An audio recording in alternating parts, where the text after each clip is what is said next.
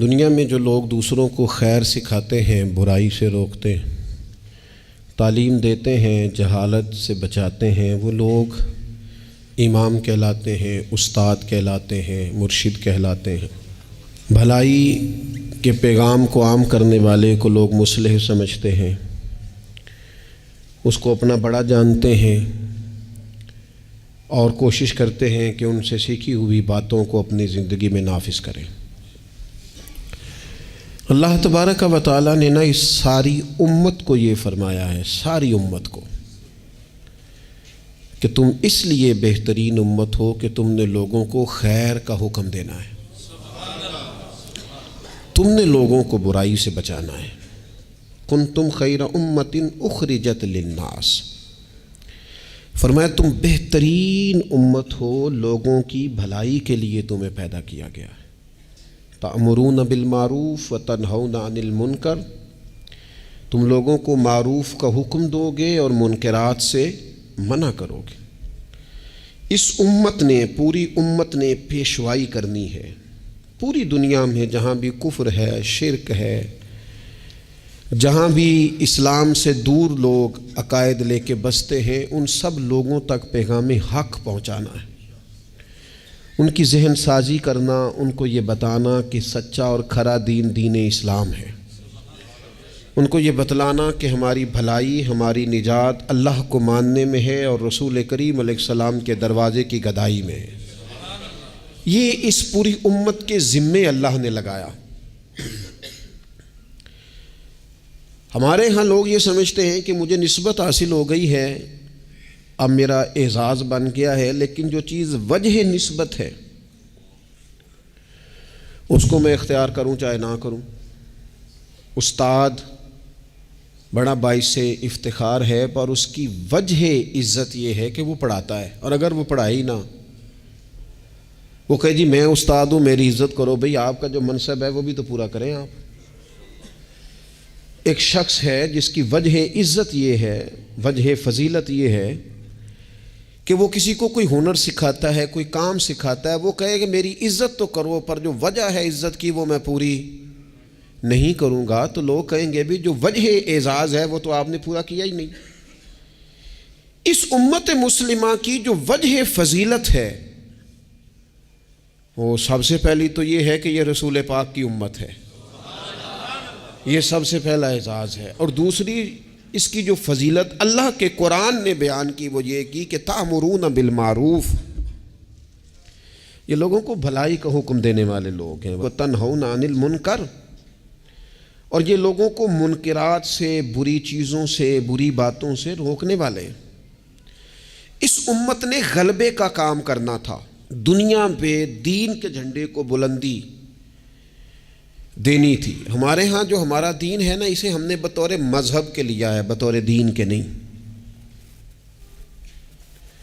ہم دین اسلام کو مذہب کے طور پر لیتے ہیں، نماز پڑھنا، روزہ رکھنا، شادی کا موقع آ گیا تو چلو باقی سارے کام اپنی مرضی کے، اور نکاح ضرور کرنا ہے، ایجاب و قبول کرانا ہے دینی طریقے پر، اچھی بات ہے۔ ہم اس کو بطور مذہب کے لیتے ہیں، بطور دین کے نہیں۔ یعنی ہم کہتے ہیں کہ ہم مسجد کے اندر تو اسے قبول کریں گے، لیکن جب دینی طور پر قبول کریں گے نا، پھر ہم مطالبہ کریں گے کہ کچہری میں بھی رسول اللہ کا دین ہونا چاہیے۔ پھر ہم نفاذ کی بات کریں گے، پھر ہم اس کے غلبے، هو الذی ارسل رسولہ بالہدی والدین الحق، یہ دین ہے، والدین الحق لیظہرہ علی الدین کلہ۔ اللہ فرماتے ہیں یہ رسول ہم نے اس لیے بھیجے ہیں دین حق دے کے، تاکہ اس دین کو سارے دینوں پر غالب کر دیں، اس کا غلبہ ہو۔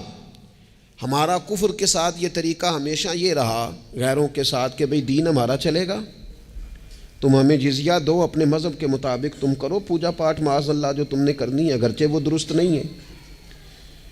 لیکن اب کیا ہوا ہے؟ اب یہ ہوا ہے کہ نظام ان کا ہے ہر جگہ پہ، اور ہمیں یہ کہا گیا ہے کہ نماز پڑھو کوئی حرج نہیں، روزہ رکھو، زکوٰۃ دو، خدمات کرو، لیکن جو نظام ہے ارسل رسولہ بالہدی والدین الحق لیظہرہ علی الدین کلہ، وہ ہمیں کہتے ہیں کہ نظام ہمارا رہے گا، امریکہ، افریقہ، برطانیہ میں نماز پڑھنے پر تو کوئی پابندی نہیں، لیکن وہ آپ کو آپ کے قانون کے مطابق نفاذ دین کی اجازت. اور یہاں بھی یہ حال ہے. ہمارا سیاستدان کیا کہتا ہے مولوی نماز پڑھے، کون منع کرتا ہے؟ بڑی مسجد بنائے، لیکن سیاست کی بات نہ کرے، وہ غلبے کی بات نہ کرے، وہ اسمبلی میں دین کی بات نہ کرے. یہ وہ بنیادی فرق ہے جسے سمجھنے کی ضرورت ہے کہ جب تک نفاذ دین نہیں ہوتا اتنی دیر تک یہ تفریق ختم نہیں کی جا سکتی کہ یہ امیر ہے اور یہ غریب ہے. اتنی دیر تک یعنی آپ تک نماز تو آئے گی اگر آپ بطور مذہب دین کو لیں گے، لیکن انصاف نہیں آئے گا. انصاف گھر میں تب آئے گا جب دین نافذ ہوگا.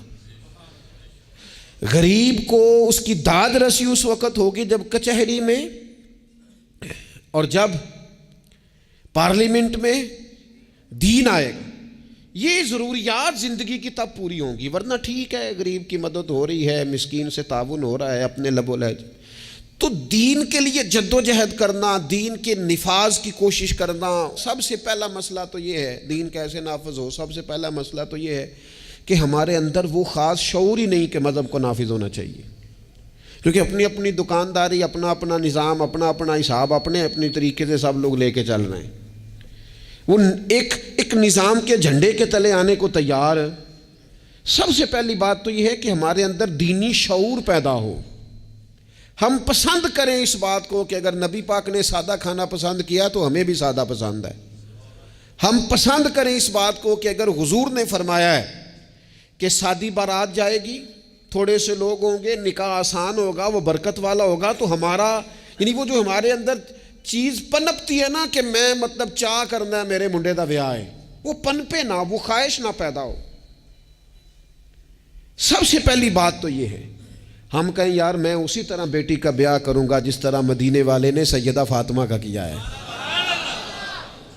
ہم اسی طرح نکاح کو رواج دیں گے جس نکاح کا رواج نبی پاک نے مولا علی شیر خدا کے لیے پسند فرمایا ہے. یہ جب پہلی بات تو یہاں اپنے آپ کو کھڑا کرنا بڑا ضروری ہے. یہاں نہیں کھڑا کر پاتے. اگر پیسے ہاتھ نہیں آئے تو چلو ٹھیک ہے ہم سادے ہو گئے، اگر آ گئے تو یاد رکھو فقیری میں فقیری کرنا کوئی کمال نہیں، کرنی پڑتی ہے، مجبوری ہوتی ہے. فقیری میں فقیری کوئی کمال نہیں. کمال تو یہ ہے کہ تو بادشاہی میں فقیری کرے، تیرے پاس لاکھوں پڑے ہوں پر تیرا مزاج فقیرانہ ہو، کروڑوں اربوں تو خرچ کرنے کی طاقت رکھتا ہو لیکن تو کہے نہیں میں مزاج فقیر. سلام اس پر کہ جس نے بادشاہی میں فقیری کی، سلام اس پر کہ جس نے بے کسوں کی دستگیری کی، سلام اس پر کہ جس نے بادشاہی میں فقیری کی. نبی پاک علیہ السلام نے بادشاہی میں فقیری کی، حضرت ابو بکر نے بادشاہی میں فقیری کی، حضرت سیدنا عمر فاروق نے بادشاہی میں فقیری کی، کروڑوں خرچ کرنے والے عثمان غنی. لیکن سیدنا عثمان غنی کی شان یہ ہے کہ جب خطبہ دینے کے لیے منبر پہ بیٹھتے ہیں تو کرتے پہ بھی پیوند ہیں اور ان کی تہمت پر بھی پیوند ہیں اور ان کی پگڑی بھی پرانی ہے. تو لوگوں نے کہا یہ کیا ہے؟ تو کہا یہ وہی ہے جو ہمیں مدینے والے رسول نے سکھایا ہے. وہ خرچ کرنا ہے دوسروں پر، وہ سارے کا سارا اپنے اوپر اعلیٰ آسائشیں حاصل کرنا اور پتہ نہیں کہاں سے کہاں نکل جانا. حضرت مولا علی شیر خدا امیر المومنین ہیں لیکن کوفے کی جامع مسجد کے باہر کھڑے ہو کے کہتے ہیں میری زرہ خرید لو، تامت زیادہ پرانی ہو گئی، اب تو پیوند کی جگہ بھی نہیں رہی، اگر پیسے ہوتے تو میں زرہ نہ بیچتا. یہ بادشاہی میں فقیری ہے. یہ کون ہے؟ یہ علی کون ہے؟ یہ حسنین کون ہے؟ یہ دنیا کے باغ کے مالک نہیں، یہ تو جنت کے مالک لوگ ہیں. لیکن بادشاہی میں فقیری ہے. ایک تو یہ ماحول بنائیں کہ دین کو بطور دین قبول کریں، جس کو تجارت نہ بنائیں کہ میں نفل پڑھوں گا تو میرا کام صحیح چلے گا تو میں فلانا کام کروں گا. عبادت کو عبادت رہنے دیں. اگرچہ تسبیحات گننا جائز ہے لیکن ہر وقت اپنی نیکیاں گنتے ہی رہنا اور کانوں میں بتا دینا کہ آج میں 4,500 پڑھے ہیں، یہ بھی ٹھیک. زاہدوں نے یہ عجب کام کیا، اب بس ہے نا کہ تسبیح کے دانوں سے جو کام لیا، چاہیے تھا نا کہ بے شمار پکارتے تجھ کو. اور یہ بھی کوئی بات ہے گن گن کے تیرا نام لیا، گن گن کے تیرا نام لیا. وہ جو دیتا ہے وہ بھی کبھی گنا ہے لیکن اس کا نام بھی لینا تو پہلے گن لینا. یہ کیا بات ہوئی؟ میں نے کہا گننا جائز ہے، لیکن اس گننے میں اپنے آپ کی بڑھوتری بیان کرنا کہ میں بڑی شے ہوں، میں نے اتنا پڑھا، یہ درست نہیں ہے۔ تو میرے عزیز، ایک تو دین کو نافذ کریں، اپنی طبیعت، جی دین جو کہتا ہے نا، خواجہ صاحب نے خط لکھے ہیں کچھ 8 خط میں نے خواجہ صاحب کے پڑھے ہیں جو خواجہ قطب الدین بختیار کاکی کے نام ہے۔ ان خطوں میں نا ایک خط خواجہ صاحب نے اس طرح لکھا ہے اپنے مرید کو، کہتے ہیں خواجہ قطب الدین صاحب کو، کہتے ہیں پتر درویش کی مرضی کوئی نہیں ہوتی، درویش کی مرضی ساڑی تے ہے وے نا، چونکہ اسی درویش نہیں نا، ساڑی تے ہے نا، سویرے ناشتہ مرضی دا، دوپہر کو کھانا مرضی کا، آنا تو مرضی کا، جانا تو، پہننا تو مرضی کا۔ اور میرے صاحب کے پاس ایک شخص نے آ کے کہا حضور جو میں چاہتا ہوں وہ ہوتا نہیں، تو حضرت صاحب فرمانے لگے یہ تو خدائی دعویٰ ہے، جو چاہے ہو جائے یہ تو اللہ کی شان ہے۔ اتنی بڑی بات تو نے کر دی کہ جو چاہتا ہوں ہوتا نہیں، یہ تو رب کی شان ہے کہ رب جو چاہتا ہے وہ، تو بندہ ہے، تو اتنی بڑی بات کیوں کر رہا ہے؟ خواجہ معین الدین چشتی رحمۃ اللہ علیہ خواجہ قطب صاحب کو خط لکھتے ہیں اور فرماتے ہیں پتر درویش کی مرضی نہیں ہوتی۔ حضور کیا مانا؟ تو فرمانے لگے درویش کی وہی مرضی ہوتی ہے جو اس کے رب کی مرضی ہوتی ہے۔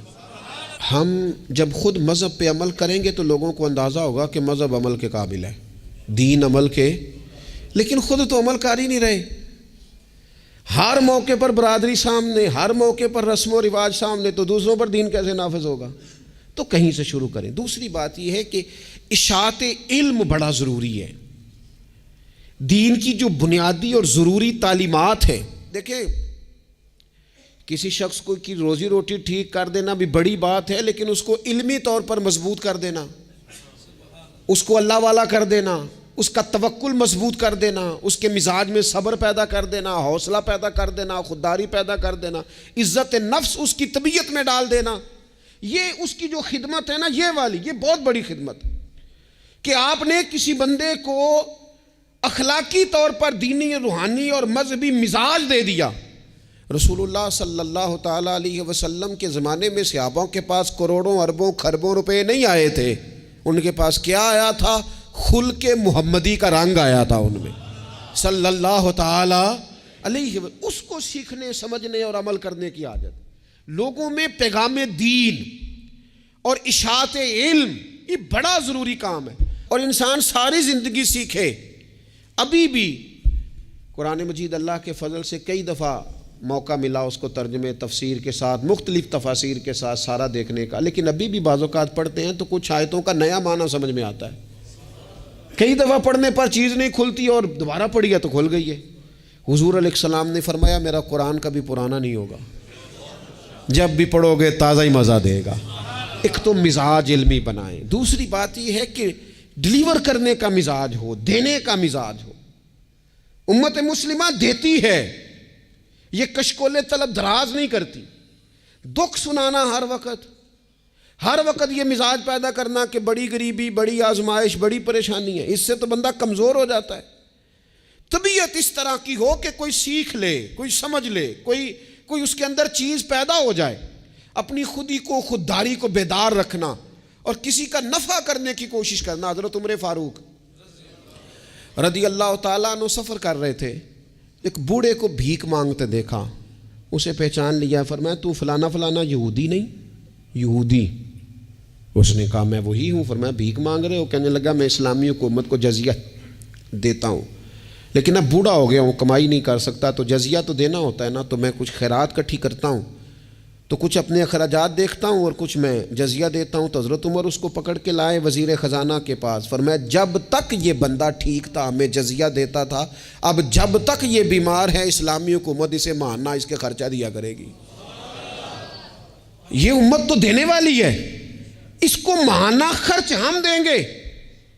وہ شخص کہتا ہے ساری عمر جزیہ دیا تھا، قریب رہے تھے، وہ اثر نہیں ہوا، اور حضرت عمر کی یہ بات ایسی اثر کر گئی، میں نے کہا حضور یہودی بن کے ضرور میں نے خیرات لینی ہے، آپ میرا ہاتھ پکڑے نا، مجھے کلمہ پڑھائیں، ہم اس مسئلے کو ہی ختم کریں، یہ تفریق ہی ختم ہو۔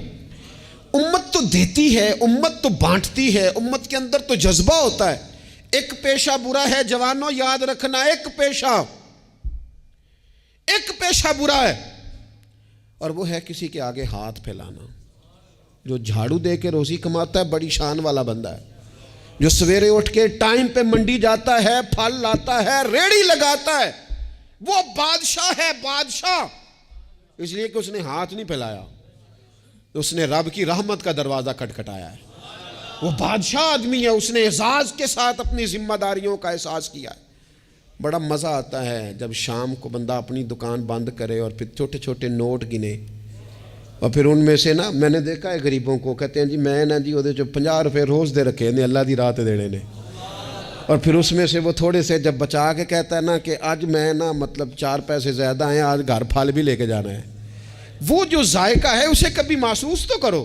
میرے رسول پاک علیہ السلام نے فرمایا سب سے بہترین کھانا وہ ہے جو اپنے ہاتھوں کی محنت سے تو کما کے کھاتا ہے، اور فرمایا اللہ کے نبی حضرت داؤد علیہ السلام اپنے ہاتھوں کی محنت کر کے کما کے کھایا کرتے۔ امت کی یہ ذمہ داری ہے کہ امت مشقت کا مزاج بنائے، طبیعت بنائے، مشقت کی ذہن بنائے۔ ہمارے ہاں تو اب جناب وہ جدوجہد کا شوق نہیں، طبیعت نہیں، پڑھنے لکھنے تک کو لوگ بس ٹھیک ہے، برکت سے سارا کچھ چل رہا ہے۔ چوتھی بات آپ کی خدمت میں یہ عرض کرنی ہے کہ امت اگر چاہتی ہے نا عروج پائے، تو پھر امت کو چاہیے کہ تھوڑا اتفاق کا بھی مزاج پیدا کرے۔ ہمارے ہاں نا فروعی مسائل میں بھی اتنا اختلاف ہے، اتنا رٹا ہے، کوئی بندہ دوسرے کو قبول کرنے کو تیار نہیں ہے، جھگڑا ہی جھگڑا، بحث ہی بحث۔ ایک گھر میں 4 لوگ رہتے ہیں اور چاروں کا مزاج مختلف ہے، چاروں کی پارٹیاں مختلف ہیں، چاروں کی سیاست مختلف ہے، چاروں کا مزاج مختلف۔ کسی خاندان میں اتفاق نہیں رہا، کسی قبیلے میں اتفاق نہیں رہا، کسی گروہ میں جماعتیں ٹوٹ پھوٹ کا شکار، تنظیمیں ٹوٹ پھوٹ کا شکار، ملکوں میں ماحول اتنا عجیب۔ یہ میرا وطن ہے پاکستان، جن لاکھوں لوگوں نے قربانیاں دی تھیں وہ پوچھتے ہیں اس لیے تمہیں وطن بنا کے دیا تھا؟ وہ جو ہجرت کر کے آتے رستے میں قتل کر دیے گئے تھے، وہ سوال تو کریں گے نا قیامت کے دن کہ یہ حال کیا تم نے وطن عزیز کا، یہ کیفیات تم نے کی لوگوں کی، کوئی حال ہی نہیں۔ کبھی کوئی کسی کے خلاف بات ہے تو کبھی کوئی رسہ کھینچ رہا ہے تو کبھی کوئی کسی کے پاؤں کھینچ رہا ہے، خدا رہا کوئی استحکام۔ لوگ جوڑتے ہیں، بڑوں کا کام ہوتا ہے قوم کو جوڑنا، ان کو نظریاتی طور پر مضبوط کرنا، ان کی فکر کو مجتمع کرنا۔ رائے کا اختلاف ہو جانا کوئی بڑی بات ہے؟ زندہ لوگوں میں اختلاف ہو جاتا ہے، زندے جب لوگ ہوتے ہیں تو ان کی رائے مختلف، لیکن اپنی رائے کو دوسرے پہ مسلط کرنا، تھوڑا سننے کا بھی حوصلہ پیدا کرے تو کچھ اتفاق کا مزاج، کچھ تھوڑی دوسروں کی تعریف، کچھ تھوڑا کسی اور کو بھی قبول کر لینا، تھوڑا سا کسی اور کے بارے میں بھی کبھی اچھی رائے دے لینا، کبھی کہہ لینا کہ نہیں فلانا فلانا فلانا فلانا آدمی۔ جب لوگ بخیے ادھیڑ رہے ہوتے ہیں نا، فلانا بھی برا ہے، فلانا بھی برا ہے، فلانا بھی برا ہے، فلانا بھی برا ہے، تو میں اکثر کہتا ہوں یار تم نے اتنی جلدی کر دی سب کو برا کہنے کی، تمہیں پتہ نہیں لقد خلقنا الانسان فی احسن تقویم۔ رب کہتا ہے میں نے تو بڑا سونا انسان بنایا ہے اور تمہیں کسی میں اچھائی نظر نہیں آ رہی۔ اور امت وہ ہے جو رسول رحمت کی امت ہے، لیکن وہ چھوٹی چھوٹی باتیں، چھوٹی چھوٹی لڑائیاں، کچھ اتفاق۔ امت مسلمہ جب تک متفق نہیں ہوتی اپنی عزت کو کبھی بحال کر سکتی، جب تک ان کا اور اتفاق چھوٹے چھوٹے ٹکڑوں میں امت کو بانٹ دیا گیا ہے، چھوٹی چھوٹی ریاستیں، چھوٹے چھوٹے گروہ، چھوٹے چھوٹے مفادات، جب تک یہ اتفاق نہیں پیدا کرتے اتنی دیر تک آگے بڑھا جا سکتا۔ اور 5ویں بات، جب تک مسافر منزل پر پہنچنے کی تڑپ نہیں نہ پیدا کرتا اتنی دیر تک منزل اس کے قریب نہیں آتی۔ اس امت کی منزل ہے کنتم خیر امت اخرجت للناس تأمرون بالمعروف وتنہون عن المنکر۔ اس امت کی منزل ہے دنیا کو خیر کا پیغام دینا، لوگوں کو برائی سے روکنا، اس کی منزل ہے۔ آپ سفر پہ جا رہے ہو نا جی، تو بندہ رستے میں قیام مختصر کرتا ہے، ضرورت کا کرتا ہے، بلا وجہ الجھاؤ نہیں پیدا کرتا۔ وہ کہتا ہے مجھے آگے بڑھنا ہے، مجھے کام کرنا ہے، آگے نکلنا ہے۔ وہ ادھر ادھر زیادہ وقت کا ضیاع نہیں کرتا، اس کو اپنے وقت پر پہنچنا ہے، اس کی کوشش ہوتی ہے کہ سفر جلدی ختم ہو۔ منزل مقصود جب لوگ طے کر لیتے ہیں تو پھر وہ جد و جہد کرتے ہیں کہ منزل ملے، منزل۔ میں کیا کروں، کیسے عرض کروں؟ ہمارے ہاں لوگوں نے منزل کا تعین ہی نہیں کیا، منزل پیسے کو، شہرت کو، دولت کو بنایا۔ ہماری منزل تھی کہ ہم نے دنیا میں خیر پھیلانی ہے، ہم نے حق کی اذانیں دینی ہیں، ہم نے لوگوں کو پیغام دینا ہے کہ اگر تم نے خیر سیکھنی ہے تو دروازہ رسول پہ آؤ صلی اللہ تعالی علیہ۔ لیکن ہمارا تو گھر کا جھگڑا ہی نہیں ختم ہو رہا، ذاتی رٹے ہی نہیں ختم ہو رہے، ہمارے اپنے روزمرہ کے مسائل نہیں ہمیں پیس کے رکھ، باہر نکلنے کو تیار ہی نہیں، بڑی سوچیں۔ اقبال کہنے لگے وائے ناکامی متائے کارواں جاتا رہا، اور کارواں کے دل سے احساس زیاں جاتا رہا۔ کہنے لگے مسئلہ تو یہ ہے کہ سارا کچھ لٹ گیا اور ہمیں احساس بھی نہیں کہ لٹ گیا ہے، امت بکھر گئی، ٹوٹ گئی، اور احساس بھی نہیں کہ ٹوٹ گئی۔ کچھ کوشش، کچھ جد و جہد، کچھ آگے بڑھنا، کچھ ہمت کرنا، کچھ تھوڑا سا منزل کی طرف سفر کرنا کہ ہم اپنا جتنے لوگ آئے نا امت مسلمہ میں انہوں نے خیر میں اپنا حصہ ڈالا۔ حضرت صدیق اکبر، فاروق اعظم، عثمان غنی، مولا علی، سعد بن ابی وقاص، حضرت ابو عبیدہ بن جراح، جناب معاذ بن جبل، حسنین، کریمین، آگے آئیے حضرت عمر بن عبدالعزیز، امام بخاری، امام مسلم، امام ترمذی، امام اعظم، امام احمد بن حنبل، امام شافعی، اعلیٰ حضرت بریلوی۔ آپ دیکھیں لوگ اپنے اپنے دور میں اپنا حصہ ڈالا، وہ دین کا پیغام دور کے تقاضوں کے مطابق سناتے گئے۔ اگر وہ پیغام بغداد آیا تو غوث پاک نے ممبر سجا لیا، اگر وہ پیغام اجمیر آیا تو خواجہ معین الدین نے ممبر سجا لیا، اگر وہ پیغام پاک پتن آیا تو بابا فرید ممبر پہ بیٹھ گئے، دنیا کو اللہ اللہ سکھا دی۔ اگر وہ پیغام لاہور آیا تو سید حجویر مخدوم امم، گنج بخش فیض عالم، مظہر نور خدا، ناکسارا پیر کامل کامل آرا، رہنما وہ اذانیں دیتے رہے، اپنے اپنے حصے کی ڈیوٹی کرتے رہے۔ اب میری اور آپ کی باری آئی، سو کے وقت نہ گزار دینا، دیکھنا سوتے سوتے اسرائیل نہ آ جائیں، دیکھنا کھانے پینے کے سفر میں ہی زندگی تمام نہ ہو جائے، دیکھ لینا پروگرام بناتے بناتے ہی سانسیں ٹوٹ نہ جائیں۔